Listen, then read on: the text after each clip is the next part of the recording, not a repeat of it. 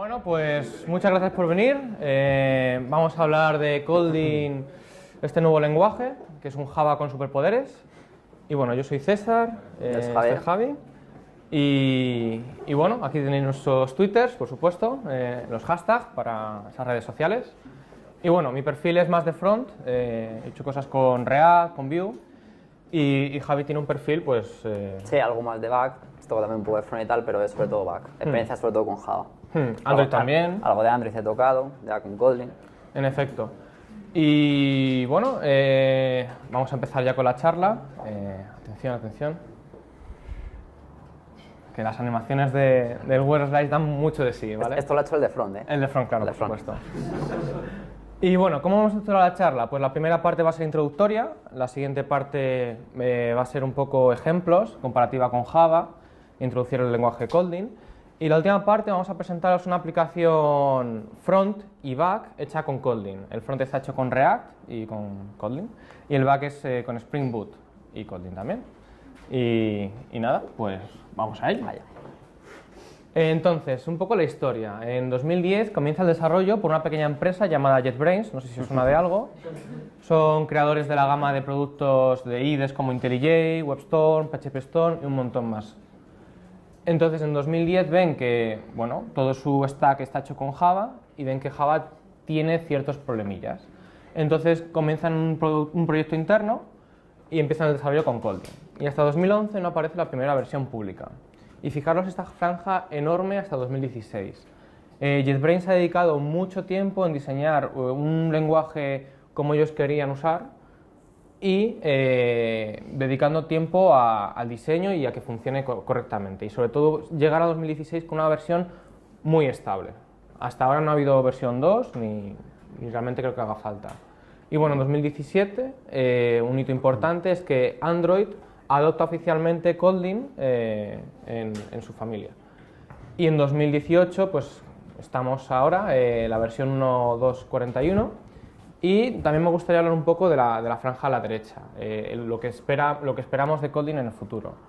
Y bueno, Kotlin está ahora con una API de corrutinas para gestionar la sincronía. Kotlin, os he mencionado antes que vamos a presentar una aplicación front y back hecha en Kotlin. Es multiplataforma y están dedicando muchos esfuerzos a esa parte, incluso con tecnologías como WebAssembly que pueden casar con Kotlin. También incluso están desarrollando módulos comunes. Imaginemos que tenemos la parte de front y la de back hecha en Kotlin, pero por ejemplo la validación de los formularios de los datos realmente es la misma. Entonces, con módulos podemos abstraer esa lógica y sacarla a un sitio aparte y compartir ese código tanto en el front como en el back. Uy, va muy rápido esto, ¿eh? Bueno, esta es la slide, por supuesto, de quién usa Kotlin. Aquí hay una empresa que no es como las demás, ahí está Autentia. En Autentia estamos ahora trabajando con Kotlin, en aplicaciones Android, y también ofrecemos cursos. O sea que estamos usando Kotlin y promovemos su uso, tanto internamente como de cara a clientes, pues si casa con sus necesidades, pues es una opción para ellos. Entonces, bueno, ¿qué caracteriza Kotlin? Pues es muy conciso, es mucho menos verboso que Java, ahora con los ejemplos lo veréis. Es interoperable con Java, JetBrains tenía un suite súper grande de productos y no les interesaba tener que rehacer de cero todos sus productos, no, querían ir introduciendo este lenguaje poquito a poco. Con lo cual, cuando empecéis con Kotlin, en un proyecto ya hecho en Java, no tenéis por qué rehacer todo, podéis ir introduciendo poquito a poco, porque Java y Kotlin son 100% interoperables. Desde Kotlin tú puedes llamar a clases de Java y viceversa. Es orientado a objetos, aunque... Jope. No sé.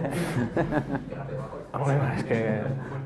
Aunque también incorpora capacidades de programación funcional, ¿vale? Es más funcional que Java porque las funciones son ciudadanos de primera clase, que eso lo explicará Javi más adelante.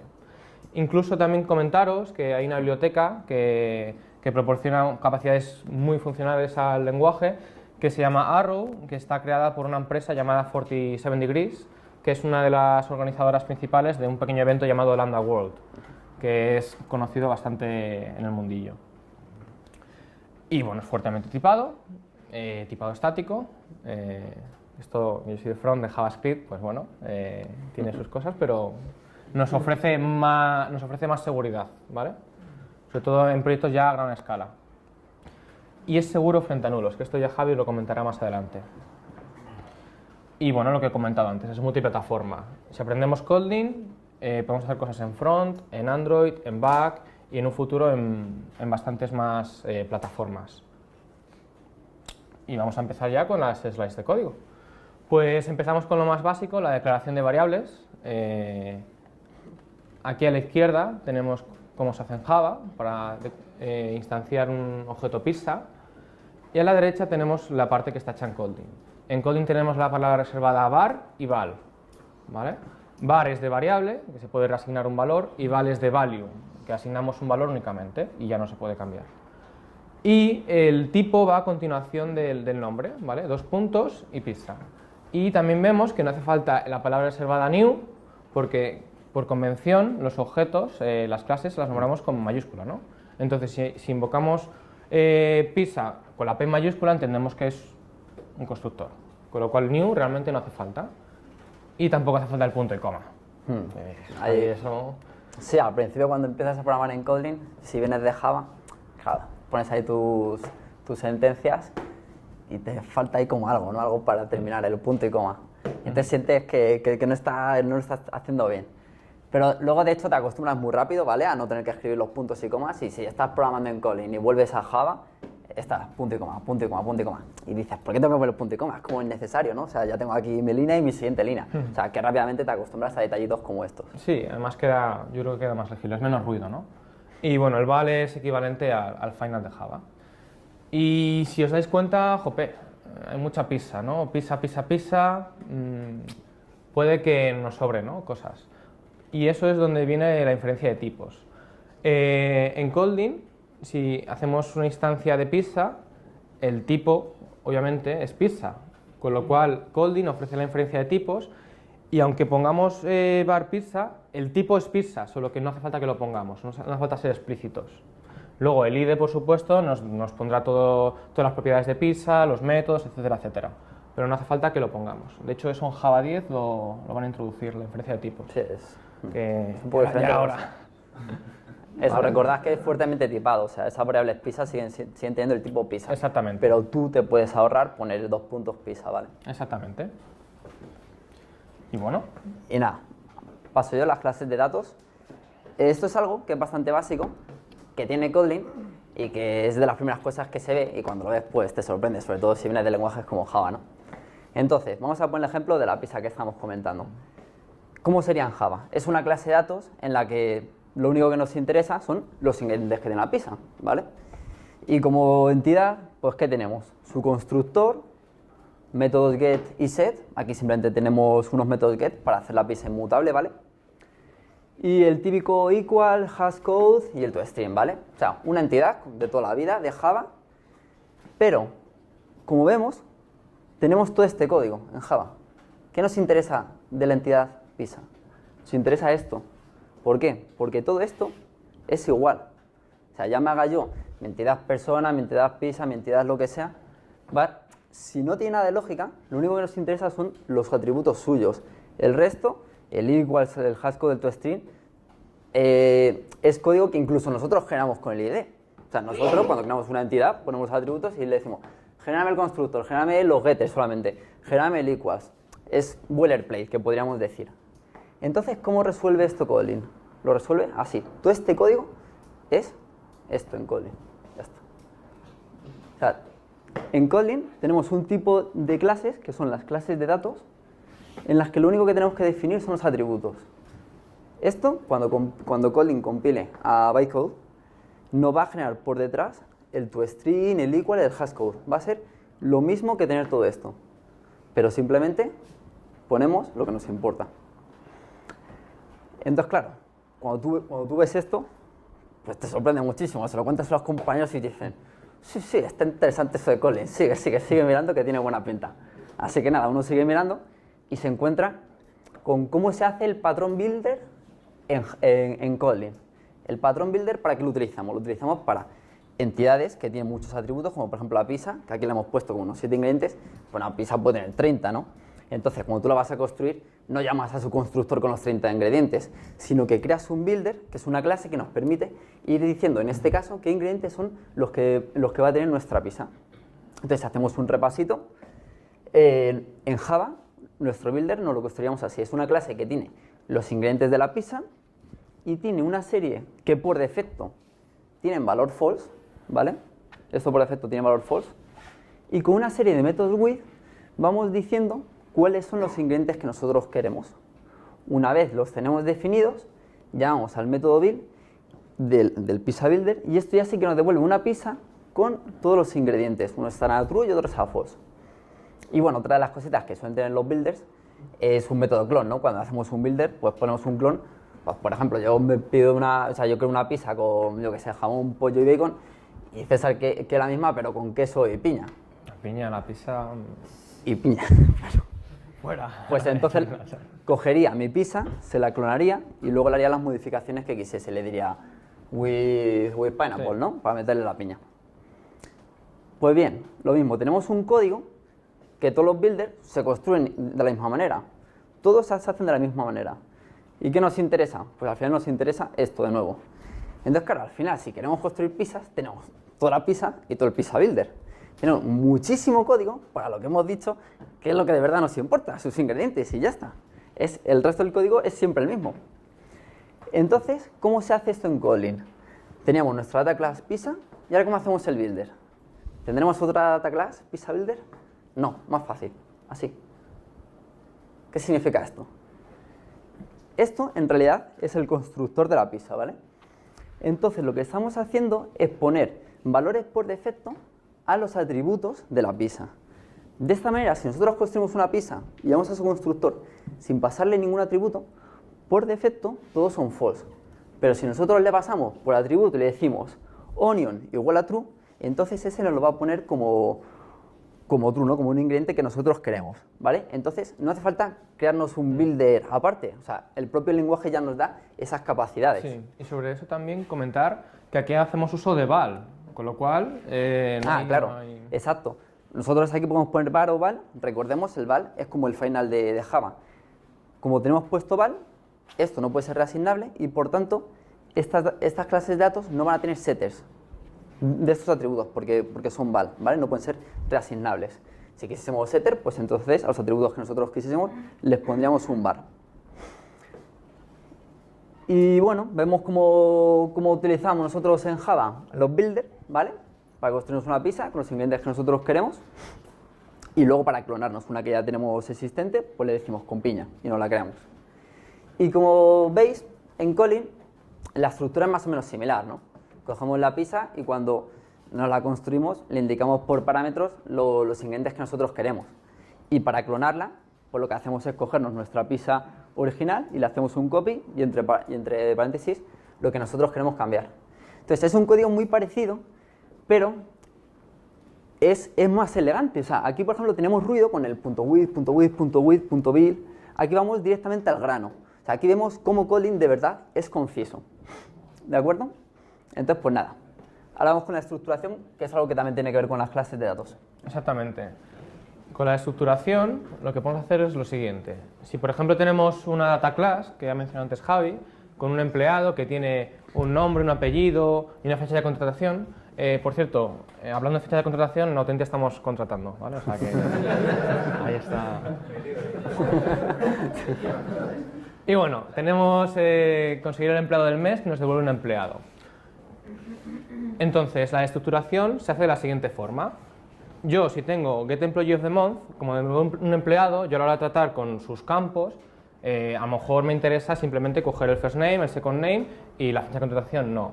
Entonces, poniendo con esta sintaxis, destructuramos y extraemos de la entidad empleado aquellos campos que queremos. Entonces, ya no tendríamos que hacer employee.firstname, employee second name, employee hire date.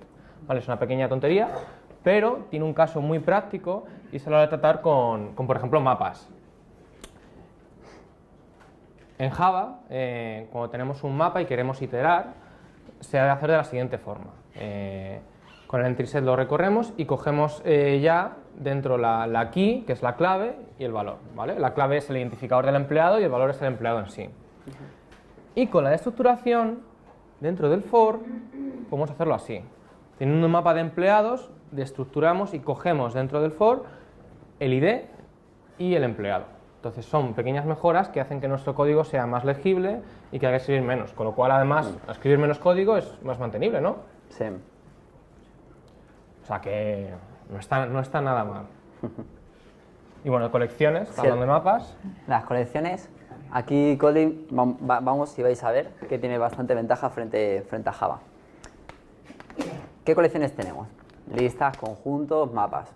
¿Cómo las podemos declarar e inicializar en Java? Pues de la siguiente manera. Cogemos una implementación de la interfaz lista, que puede ser la release, la creamos y le añadimos elementos. Lo mismo con conjunto y lo mismo con mapa. ¿Vale? Hasta aquí nada nuevo. ¿Qué problema podríamos decir que tiene o qué peculiaridad tienen estas colecciones? Que son mutables, ¿verdad? Nosotros, en las listas, tenemos los métodos remove, add, para añadir. De hecho, aquí, para añadir elementos, la estamos mutando, la lista que hemos creado en la primera línea. ¿Vale? Entonces, claro, si todas las colecciones son mutables, perdemos las ventajas que tiene la inmutabilidad. Y Kotlin esto lo resuelve de la siguiente manera. En Kotlin tenemos también las interfaces list, set y map, que son inmutables. Inmutables en cuanto a que no tienen los métodos add, remove ni nada. Entonces, pues claro, si no puedes añadir ni eliminar elementos, pues difícilmente podrás mutarla. Pero claro, vosotros penséis, joder, pero a lo mejor yo, sí, vale, las listas que voy pasando por ahí son inmutables, pero tengo un método privado en el que tengo una lista que la voy mutando porque tengo un algoritmo todo guapo y necesito una lista mutable, ¿vale? Una colección mutable. Pues no pasa nada, tenemos las interfaces mutable list, mutable set y mutable map. Estas serían las equivalentes a las list, set y map de Java, ¿vale? De hecho, cuando estamos, como ha dicho César, Kotlin y Java son interoperables y tú puedes llamar desde código Kotlin a código Java. Si tú llamas a un código Java que te devuelve una lista, en Kotlin lo que estás obteniendo es un mutable list. Y ahora, ¿cómo las inicializamos? Porque diréis, joder, si las listas son inmutables, ¿cómo le añado los elementos? Pues hace así sencillito, con estos métodos. Listof, y eso te devuelve una lista inmutable, con los elementos 1 y 2. Lo mismo con conjuntos y mapas. Y todo es tan sencillo que nos queda el siguiente código para crear colecciones mutables. Lo mismo, pero con un mutable listof, etc. Y luego, cosa chula que también tiene esto, es que a partir de colecciones mutables podemos crear colecciones inmutables y viceversa. Y esto se hace de una manera muy sencilla, así. Nosotros tenemos nuestra lista inmutable y simplemente con llamar a eso estamos creando una lista mutable. Cuidado, creando. O sea, no es que nuestra lista inmutable la estemos transformando. No. Esto lo que hace es que nos genera una nueva lista mutable. Y como ya os habréis imaginado, el paso contrario, pues es así. De una lista mutable pasamos a una lista inmutable. ¿Vale? Es código muy sencillito. ¿Vale? Es tan conciso. Y nada, ahora las funciones. Primero, una función sencilla, ¿no? Para que veáis cómo se define. Tiene la palabra reservada fan. Sí. Ponemos el nombre de la función. Y luego, al igual que cuando declaramos variables, primero tenemos el nombre y luego el tipo. Y lo mismo, lo que devuelve la función, pues se pone al final. Tiene conexión, ahora no puedo ayudar. Vaya por Dios. Y nada, y luego, ¿qué nos devuelve esto? Esta función recoge un entero y nos lo devuelve multiplicado por 2. Sí, además, un lenguaje cuya palabra reservada para las funciones es fun, tiene que ser divertido, o sea... Fue un divertido. Si explica los chistes... Acá hay. Y bueno, aquí vamos a ver ahora varias cositas chulas que tiene Kotlin para funciones. Una es que para funciones tan simples como esta, que te coge un entero y te lo multiplica por 2, las podemos reescribir así. ¿Vale? Así. Aquí, ¿cuál es la diferencia grande? Que no tenemos las llaves. Directamente estamos diciendo la función igual a 2 por x. Y otra cosa que vemos es que no estamos poniendo el tipo de retorno, ¿vale? Lo mismo, el compilador infiere y sabe que si tú recibes un integer y lo multiplicas por 2, pues devuelves un integer, no vas a tener un string, ¿no? Entonces, pues lo podemos omitir. Lo podemos omitir. O sea, nosotros, si queremos, ponemos aquí el 2.sin, ¿vale? De hecho, si lo que tenemos aquí es algo más complejo, pues por legibilidad pone del tipo, para que se sepa que está devolviendo. Pero bueno, en este ejemplo lo pondríamos así y nos quedaría el código muy sencillito. ¿Qué más cosas tienen las funciones en Kotlin? Que pueden tener valores por defecto, ¿vale? Tenemos una función a la que le pasamos un texto y un separador y nos cuenta las palabras que tiene. Normalmente a esta función la llamaríamos con el separador el espacio, ¿no? Porque cuando escribimos, pues el espacio entre las palabras es ese char. Entonces, nosotros podemos decir que si no nos pasas ese parámetro, el de por defecto sea el char. Por tanto, spoiler. Que va muy rápido, Javi. Por tanto, podríamos llamar a la función, poner nuestro texto y nuestro separador que nosotros queramos, o simplemente pasando el parámetro que no tiene ningún valor por defecto, ¿vale? Y, madre mía. Y luego también otra cosa que tiene es el nombramiento de parámetros. Tenemos una función que le mismo recibe un texto y en base a diferentes flags que nosotros le indiquemos, pues nos lo formatea de una manera u otra, ¿vale? Lo que sea. Nosotros cuando llamamos a esta función, la llamamos así, ¿vale? ¿Qué ocurre con este código? Que cuando luego tú estás leyendo tu código, bueno, o el código de quien sea, y te encuentras con expresiones como esa, no sabes qué es false, qué es true, qué es true. O sea, entras a la función para verlo, o con el IDE te ayudas de atajos para que te muestre y te diga, pues false es el normalize case, y así. Entonces, Kotlin lo que nos permite es que cuando llamamos a las funciones, le podemos poner el nombre del parámetro para que nuestro código sea más legible. De hecho, ¿habéis utilizado IntelliJ alguno? Os habréis dado cuenta que hace un par de versiones metieron que cuando le pasamos nosotros valores así, que no sean de variables, nos ponía así como en un cuadradito el nombrecito este. Pues esto lo podemos hacer en Kotlin. Sí, luego lo veremos ahí en el código de la demo. Ah, sí, ya está. Bueno. Y bueno, y ya, como lo estamos nombrando, también nos permite ponerlos en orden que nosotros queramos. Si os fijáis, después del texto aquí viene un normalize. Ahí lo hemos puesto de otra manera. ¿Vale? Como le estoy indicando el nombre, pues el compilador no tiene ningún problema en esto. Y ahora explicamos lo que nos ha dicho César, que las funciones son de orden superior, son tratadas como ciudadanos de primera clase. ¿Qué quiere decir esto? Pues varias cosillas, como que nosotros las funciones las podemos asignar a variables, como es este caso. Aquí nosotros tenemos una variable operation, que es una función que recibe un entero y devuelve un entero. Y aquí vemos la función. La función recibe una x, que va a ser entero, y lo que nos va a devolver es esto, que es un entero, ¿no? Luego también implica que sean de orden superior, que las funciones se pueden pasar como parámetro a otras funciones. Y también que las funciones pueden devolver otras funciones. Entonces, por ejemplo, tenemos esta función que recibe un entero y una función, que como hemos dicho, una función que a su vez recibiría un entero y devolvería otro entero. ¿Y qué hace? Aplica la función que tú le mandas al entero que tú le mandas y luego le suma 3. Sumar 3 al resultado de... Entonces, claro, nosotros, como vemos, nos coinciden esta función con esta. Así que podríamos llamar a la función sum3 toResultOf con la función que nosotros nos hemos definido antes. Porque, bueno, no pasa nada tampoco, ¿no? Pero claro, aquí vemos una cosita que es que nos estamos definiendo esta función aquí en esta variable.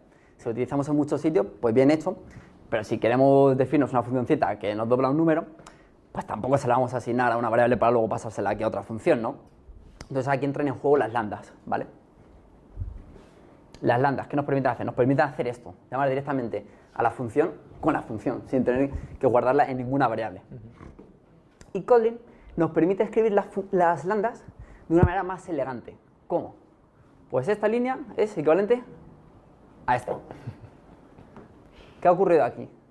Como veis, nos hemos quitado la parte de los argumentos, ¿no? Y tenemos aquí un IT. En Kotlin, cuando una lambda recibe un único argumento, nos lo podemos quitar y llamar a ese argumento con la palabra reservada IT. Por tanto, en Kotlin, cada vez que veáis una lambda en la que tenéis un IT, vais a saber que esto es una función que recibe un único parámetro y su uso es con el IT. Luego, además, otra cosa chula que tiene Kotlin es que cuando una función recibe como último parámetro otra función, este parámetro, te lo puedes sacar de los paréntesis. Podemos hacer esto, o sea, esto sigue siendo primer argumento y segundo argumento, pero lo podemos escribir así, ¿vale? Entonces, aquí en esta función tiene una línea y bueno, sí, está chulo, pero tampoco vemos tanto la gran ventaja. Pero luego veremos alguna otra que tiene más líneas y claro, lo típico que veis que tenemos aquí una coma y luego terminamos con llave, paréntesis, paréntesis, paréntesis, punto y coma, pues todo eso nos lo ahorramos, ¿no? Y además tiene una ventaja que para los DSLs es una muy buena sintaxis. De hecho, lo veremos para maquetar HTML con DSLs. Y muy interesante. Funciones de extensión. Esta también es otra de las cosas llamativas de Kotlin. Vamos a poner primero un ejemplo, ¿vale? Yo lo explico. En Java, imaginémonos que tenemos un método que te dice, si un texto contiene 2 palabras, por ejemplo, y lo estamos utilizando durante múltiples ocasiones en nuestro código, ¿no? ¿Qué hacemos? Nos creamos nuestro típico string utils y tenemos el método estático contain2words. Y entonces luego, cada vez que lo necesitásemos utilizar, lo llamaríamos de la siguiente manera, ¿no? De la clase string util llamamos a su método estático contain2words y le pasamos el texto. Pues bueno, Kotlin nos da las funciones de extensión. Las funciones de extensión son estas. Son funciones que tú añades a un tipo, ¿vale? Por ejemplo, al tipo string. Y digo añades entre comillas, porque no es que te coja el tipo string y te lo modifique, ¿no? No. Sino que al final lo que hace por dentro es como una especie también de wrapper con una clase con métodos estáticos, ¿vale? Y te genera lo mismo. ¿Pero qué implica esto? Implica que ahora todos los strings van a tener este método. Entonces, cuando nosotros tenemos el string Kotlin mola, le podemos llamar directamente al método contain2words, ¿vale? Y además de eso, o sea, hemos puesto string, pero podríamos hacer uso de una clase propia, de un tipo propio. Sí, exacto. Este tipo no tiene una pizza, por ejemplo, el tipo que fuese. Sí. Y claro, sí, una cosilla más. Y luego además, aunque eso luego lo añadamos desde código, el IDE, el IDE en este caso me refiero a IntelliJ, pero saber que Kotlin también tiene plugins para Eclipse, para Vim, que alguien usa Vim y todo. NetBeans, si queda alguno por ahí. No, NetBeans también, o sea que no solamente se usa con IntelliJ. Entonces, el IDE es capaz de saber que ahora los strings tienen el método contain2words, con lo cual completa todo. Exactamente, es fuertemente tipado, ¿vale? Y entonces, claro, luego, ¿qué es lo mejor? Decir, if string util contain2words Kotlin mola, entonces bla bla bla, o si Kotlin mola contiene 2 palabras, entonces Entonces, pues aquí vemos un caso de uso chulo. Pero ojo, que las funciones de extensión no os quedéis con que son el reemplazo de los string utils, date utils, tal, para nada. De hecho, las funciones que hemos visto, por ejemplo, list.toMutableList o el mutablelist.toList y todas estas, todo eso son funciones de extensión. De hecho, JetBrains, en la biblioteca estándar de Kotlin, ha metido un mogollón de estas funciones de extensión, ¿vale? Para que nos faciliten la vida a nosotros, los programadores. Sí, además ha sacado una biblioteca para Android también con funciones de extensión. Sí, exacto. Sí, con la función de extensión puedes hacer cosas muy, muy chulas. Y hablando de strings, sí. Hablando de strings. Bueno, aquí veremos el $, y es un pequeño spoiler, porque en Kotlin podemos hacer interpolación de variables o valores. En este caso, cuando ponemos $i, ahí embebería la variable i. Y no solo eso, sino que también podemos hacer expresiones con $, y abriendo corchete, abriendo llave, perdón, podemos realizar expresiones. Entonces ya nos quitamos las odiosas concatenaciones con el más y tal. Y no solo eso, sino que también con Kotlin tenemos strings multilínea, ¿vale? Con las 3 comillas. Dentro del cuerpo podemos poner saltos de línea, tabulaciones, espaciados y todo eso lo respetaría. Con lo cual ya no nos haría falta los /n tampoco. Y bueno, hablando de los multilínea, a mí que me gusta tener todo el código perfectamente tabulado, si os dais cuenta, si yo aquí meto una tabulación para tener esto en esta línea, claro, las tabulaciones ahora las sigue manteniendo en el string final. Y ahí es donde entran en juego con las funciones de extensión que ha mencionado antes Javi, donde Kotlin, en las bibliotecas estándares, te incluyen un montón de métodos utilitarios. Y en este caso hay uno que es el trim margin, que yo poniendo el operador de la barra vertical puedo seguir manteniendo mis tabulaciones y poner una barra vertical y al final añadir .trim margin. Entonces ya me respetaría las tabulaciones en código, pero el string final no tendría esas tabulaciones. Y bueno, ahí funciona extensión para todo, para enteros, para colecciones, hay un montón. O sea, realmente se vuelve un poco innecesario usar bibliotecas externas como por ejemplo Guava, que te ofrecen esas funcionalidades extras. Entonces ya viene todo con pilas incluidas. No reinventemos la rueda, ¿no? Sí. Pues ya tenemos las funciones, pues usémoslas. Y bueno, la parte de seguridad Seguridad frente frente a a nulos. nulos, exacto. Kotlin cuando se promociona, entre otras cosas, con esto, seguridad frente a nulos. ¿Quién sabe de aquí cuál es el llamado problema de los 1.000 millones de dólares? ¿Lo conocéis? ¿He oído por ahí algo? El problema que ha causado pérdidas por 1.000 millones de dólares, ¿no? Pues bien, este señor se llama Tony Hoare, es un científico con cara de buena persona, pero que hace unos años llegó a un congreso y dijo, la leoparda. ¿Qué dijo? Dijo que décadas atrás estaba jugando con un sistema de tipo de un lenguaje orientado a objetos más antiguo y inventó la referencia null. Y encima dijo que lo hizo, que no resistió, no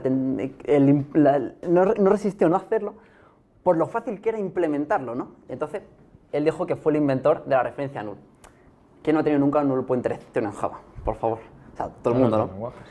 Entonces, décadas después, vio que, claro, sistemas, aplicaciones en ejecución fallaban por los tan conocidos excepciones por punteros a nulo. Y entonces se disculpó y dijo que él había sido el causante de todas estas pérdidas mundiales y lo llamó su error de los 1.000 millones de dólares. Entonces Kotlin intenta evitar esto, intenta evitar que salten las excepciones por puntero a nulo. ¿Quiere decir esto que no existen? No, sí existen, pero el lenguaje está construido de tal manera para que no nos salten en ejecución. ¿Por qué? Porque hace comprobaciones en tiempo de compilación. Nuestro tipo pizza. Una variable que sea de tipo pizza es imposible que tenga valor null. Imposible. Ya sea pizza, ya sea string, ya sea una lista de científicos que inventan referencias a null, lo que sea, ¿vale? Pero claro, podéis pensar, si yo estoy llamando de Kotlin a código Java, un código Java me devuelve algo, ese algo puede tener nulo, porque en Java podemos tener nulo. Pues lo que tenemos son los mismos tipos, con la interrogación, ¿vale? Esto es un tipo no nulable y esto es un tipo nulable. Y esto existe tanto para nuestras clases pizza como para string, para lo que sea. Veámoslo. Tenemos aquí una pizza, no es nulable, porque no le hemos puesto la interrogación. Y si decimos que su valor sea null, no compila. Nos dice, oye, que pizza no es nulable, esto no compila. Esto en Java compilaría. Esto en Java compilaría, claro. Sin embargo, si ponemos que nuestro tipo es nulable, sí que compila. ¿De acuerdo? Entonces, imaginémonos que tenemos un string no nulable, Kotlin mola, y queremos saber su longitud. Le hacemos un punto .len y sin problema. ¿Qué ocurre si string es nulable? Que el compilador no nos deja hacerlo. Nos dice, oye, que nulable, esta variable, es de tipo string interrogación. Luego, en tiempo de ejecución, esto puede tener un null. Si tiene un null, cuando le haces el punto len, ¡pum!, excepción por puntero a nulo. Entonces, no te deja compilar. Pero claro, dices, coño, no compila, pues yo quiero obtener su longitud, porque por ejemplo, aquí, de hecho, estoy viendo que no es null, ¿no? Entonces, ¡uy! ¡Spoiler!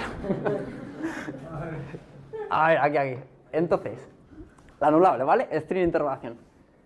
¿Qué hacemos para obtener su longitud?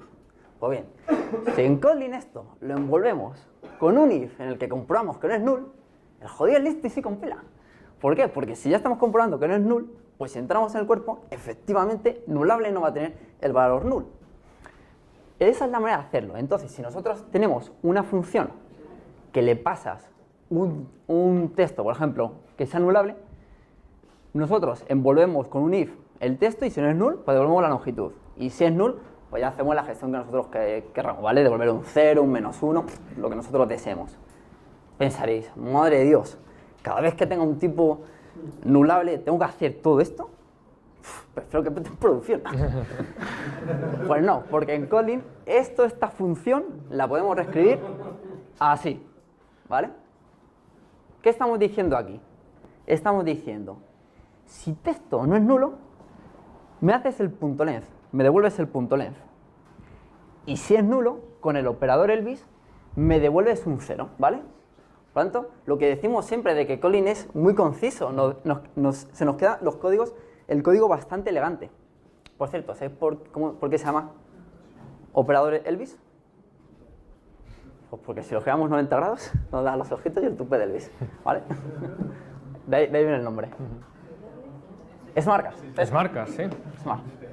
Bueno, los Smartcast o casteo inteligente es de la siguiente forma. Imaginemos que tenemos una clase abstracta animal y que luego tenemos el perro y el gato que extienden de esa clase abstracta y cada uno tiene un método. El perro ladra y el gato maulla. Entonces, ¿qué pasa en Java cuando tenemos una clase abstracta y queremos invocar un método dependiendo del subtipo? Pues que tenemos que comprobar que si animal es una instancia de perro, pues entonces hay que hacer un cast a tipo perro y entonces el perro puede ladrar. Y lo mismo para el gato. Pero, jope, o sea, si yo aquí estoy comprobando que es una instancia de perro, entiendo que dentro del cuerpo este animal va a ser un perro. Y eso es justamente lo que hace el Smartcast. El Smartcast comprueba, oye, si animal es perro, pues entonces animal va a ser de tipo perro, con lo cual puedo ladrar. Y lo mismo pasa con el gato. Y si os habéis dado cuenta, con los nullables, cuando comprobábamos en el if que era distinto de null, eso al final es un Smartcast. Es un Smartcast. Entonces, pues bueno, esto nos evita tener que añadir código innecesario. Y bueno, detalles que le sacan... Una lagrimilla de felicidad, ¿vale? Esto es pues ya un par de cositas que nos quedan por comentar, así que aquí las metemos. La primera, a ver, tenemos una función en Java que valida un texto y nos devuelve un error. Esto es un enumerado, ¿vale? Que puede tener diferentes valores. Si el texto es nulo o si le hacemos un trim para quitar las tabulaciones, espacios tal y es vacío, le decimos que está en blanco. Si excede la longitud, le decimos que es muy largo. Y si no, pues perfecto, que no hay errores. Vamos a ver una manera de reescribir esto en Kotlin. Se podía hacer tal cual, en plan con if, else if, ¿vale? Con los return, pero también lo podemos escribir así. ¿Qué tenemos ahí? Un when. Los when, entre otras cosas, nos sirven para reemplazar los if, else if, else. En casos como este, en los que los cuerpos de los condicionales son tan simples como devolver un valor, nosotros podemos reescribir esto así para que nos quede más legible y poner el condicional y decir, me devuelves eso. Otro condicional y me devuelves eso, ¿vale? Esa es la funcionalidad del when. Vemos que tenemos menos líneas al tener que evitarnos de todas las llaves. Otra cosa chula. El texto que nos llega es nullable, ¿vale? ¿Qué hemos dicho de los nullables? Que no puedes hacer esto, el punto y blank, no te deja compilar. Pero aquí sí deja. ¿Por qué? Estás comprobando aquí que texto sea null, ¿vale? Si el texto que te diga es null, la condición es cierta, por tanto entramos aquí. Si no fuese cierta y entramos aquí, el texto ya no es null. O sea, el Smartcast que nos ha comentado César te lo aplica incluso en los condicionales, ¿no? Pero no solamente dentro del propio condicional, sino para las ramas siguientes. Si tú has llegado a esta rama, a la siguiente, es porque esta no se ha cumplido. Si esta no se ha cumplido, es porque texto no es nulo. Entonces tú sin problema puedes hacerle un punto LED, ¿vale? Aquí vemos el Smartcast aplicado. Y bueno, luego también tenemos funciones de extensión como isBlank, ¿vale? Y nos ahorramos hacer todo esto. Pero también tenemos, otras como isNull_blank, ¿vale? O sea, nosotros podemos haber sustituido la primera línea por esto, para que veáis el potencial de las funciones de extensión. Más cositas. El empleado, nuestro empleado del mes, que tenía nombre, apellido y fecha de contratación. En Java, queremos imprimir su nombre. Vale, pasamos nombre, apellido y tal. Luego queremos ver si fue contratado hace mucho tiempo y si es así, pues le sumamos el salario. En Kotlin tenemos una serie de funcioncitas, que son estas, que son muy similares, que nos permiten hacer cosas como la siguiente. Vamos a utilizar el with, por ejemplo. Ese código en Java, con el with de Kotlin, lo podríamos reescribir así. Decimos, con el empleado me hacen lo siguiente.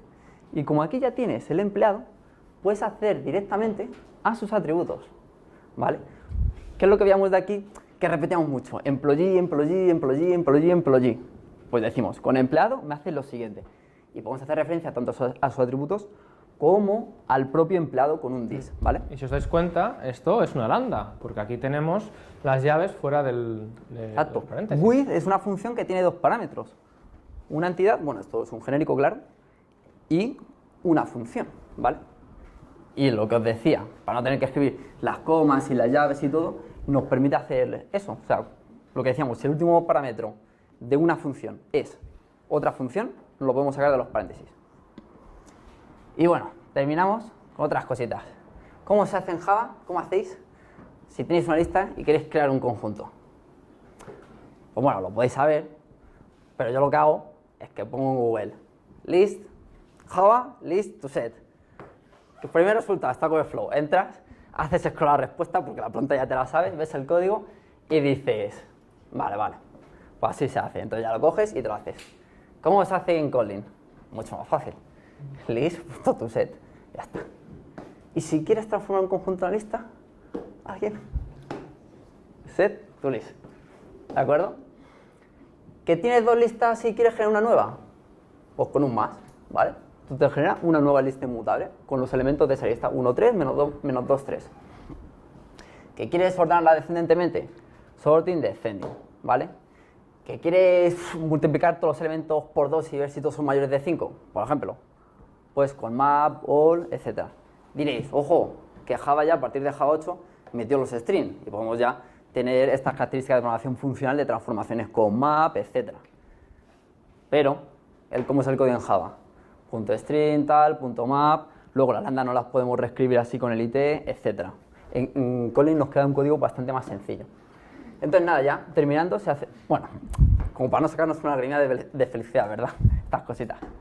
Entonces terminando, vamos a ver cuáles son los beneficios respecto a Java que hemos ido viendo. El código para mí es más legible y elegante. Te reduce mucho el boilerplate que teníamos en Java. Recordad las clases de datos, ahí es masivo todo el boilerplate que te reduce. Esto hace que sea más conciso. Tienes menos errores en tiempo de ejecución, básicamente por la seguridad frente a nulos, y tiene funciones de orden superior. Vale, estamos hablando muy bien de Kotlin, pero ¿quiere decir esto que tenemos que mandar a Java por los corrales? No. O sea, no tenemos que dar una pata a Java, porque Java y Kotlin se aman. Como bien ha dicho César, un proyecto que tengáis en Java no lo tenéis ni que reescribir ni tirarlo a la basura. Podéis añadir vuestro nuevo código escrito en Kotlin y desde ese código en Kotlin hacer las llamadas a Java y viceversa. Desde Java podéis hacer llamadas a vuestro código en Kotlin, ¿vale? Nuevo. O sea, son 100% interoperables. JetBrains dijo, si queremos que la gente adopte Kotlin, le tenemos que hacer que puedan seguir utilizando sus proyectos Java, etcétera, ¿vale? Y no tengan que partir de cero. Bueno, vamos a enseñar... Tenemos una demo, pero tampoco sabemos... Sí, da tiempo. Vale. Vale. Pues bueno, la Sí, demo... bueno, esto ya no. Bueno, eso hace falta. Uy. Adiós. Bueno, la demo está subida en GitHub y bueno, es una aplicacioncilla como aquí en Autentia, cada vez que es el cumple de alguien o cumple un año, o cuando le da la gana, pues trae comida, pues hemos creado una aplicación para puntuar los agapes. Si os dais cuenta es agap. Marketing a tope. Yo aquí ya no digo nada. Entonces, por ejemplo, tortilla con cebolla. Autor, pues, Alfonso, que ese trae muy buenas tortillas. Poner este y bueno, vamos a poner 4 estrellas. ¿Vale? Entonces es así, ¿vale? No tiene más. Entonces el front está hecho con React y con Kotlin, ¿vale? Vamos a poner modo presentación. Sí. Os voy a enseñar primero el back. El back es una aplicación Spring Boot, tiene una API REST básicamente. Este es el controlador, ¿vale? Mirad, fijaos, el mutable listof, que hemos mencionado antes. Y aquí tenemos el mil. ¿El mil qué creéis que será? Pues un data class, ¿vale? Con sus valores inmutables y tiene valores por defecto, ¿vale? Y bueno, cuando hacemos una petición conseguimos todos los agapes y también podemos crear, ¿vale? Súper sencillito. Mira, esto es lo que os decíamos que el IntelliJ, cuando le pasas así valores mágicos, ¿vale? Te dice aquí el nombre. Y esto podemos haber escrito autor igual a César. Exactamente, ¿vale?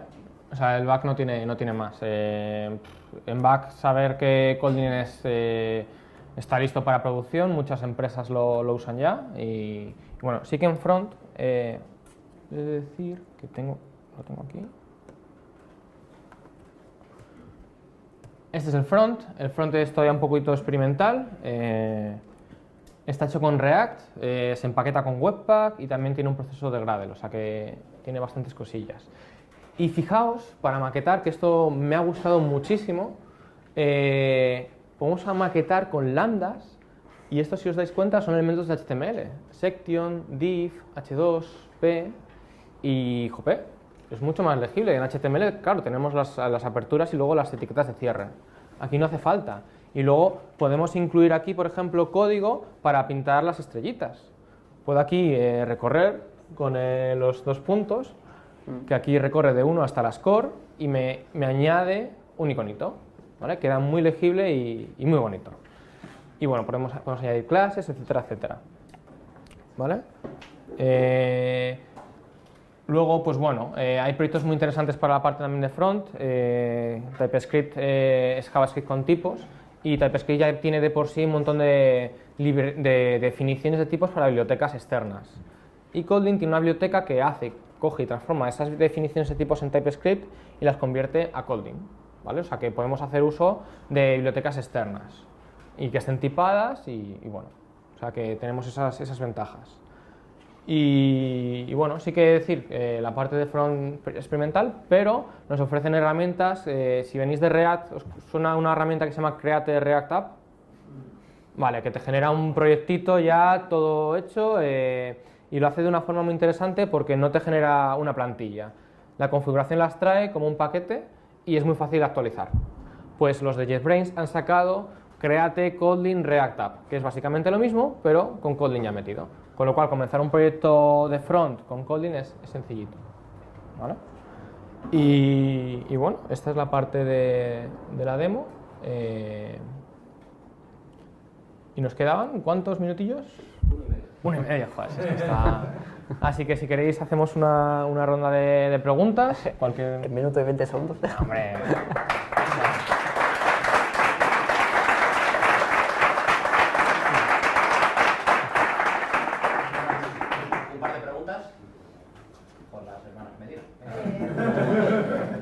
¿El CSS cómo lo metes en la parte de front? Son archivos CSS que los importo al principio. O sea, como normal, sí. Además luego genera los identificadores únicos para que sean inherentes a cada componente. O sea, si yo un componente hago uso de la clase hola, ese CSS va a añadirse un ID como en React con muchas bibliotecas de CSS. ¿Vale? O sea que el CSS, si lo importo en un componente, ese CSS va ligado a ese componente, no es CSS global, con lo cual es algo muy bueno. ¿Otra?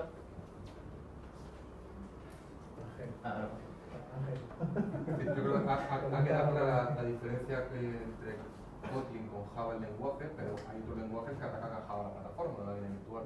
Pero ¿qué diferencia o qué ventaja le veréis vosotros a Kotlin frente a Groovy, por ejemplo? A ver, No opinión, que yo no la tengo. no sé Groovy. No, o sea, por esa parte no te puedo contestar. Di lo que quieras. Sí, no te puedo contestar, no sé qué ventajas tiene. Yo sí he usado un poquito. ¿Sí? Sí. Por ejemplo, Pues para los pipelines de Jenkins, para Gradle está hecho con Groovy. Y muchas veces el IDE no te puede ofrecer las ayudas porque hay ciertos problemas con los tipos y no te da todas las ayudas que te podría dar. Y bueno, Groovy, para la parte de Gradle Pipelines, sirve muy bien como scripting, pero también decir que Kotlin también soporta scripting. Podemos hacer, pues por ejemplo, en un futuro podemos hacer la parte de Gradle con Kotlin, ¿vale? Y tenemos pues la gestión de nulos, la inferencia de tipos y todas estas ventajas. Y bueno, aunque Kotlin acordamos que compila a bytecode, o sea que ejecuta la máquina virtual, o sea que podemos ahí... Hay gente que dice, pues esto ya lo tiene a escala. ¿Qué También. me aporta nuevo? Bueno, pues sí, se escala perfecto. O sea, JetBrains ¿qué ha hecho? Ha visto Java, tiene mucho tiempo. Voy a mirar qué cosas chulas tienen los lenguajes actuales y las voy a meter en este lenguaje de programación. Y he ido cogiendo. Sí. Hay cosas que ves en Scala y en Kotlin son idénticas. Y eso está bien, eso está bastante bien. Aunque de Scala hay una cosa que, por ejemplo, no me gusta, que incluye muchos operadores raros, con las llavecitas, con las tildes, que al final te tienes que aprender todo eso de memoria y saber, bueno, cuando tengo la tilde y la llave y el manor, ¿qué quiere decir esto? Entonces, te pone mucho overhead, mucha carga mental de tener que acordarte. Entonces, con Kotlin se ve todo súper bien, yo creo. Y además es muy consistente, y el que sea consistente es muy bueno porque hace que sea un lenguaje predecible. ¿Vale? Por ejemplo, cuando poníamos list to set, pues tenemos cuando tenemos un set, pues tenemos el to list. O sea, que podemos predecir muchas cosas y hace que a la hora de desarrollar pues seamos más efectivos. ¿Alguna pregunta más? Pues muchas gracias. Bueno, luego, sí.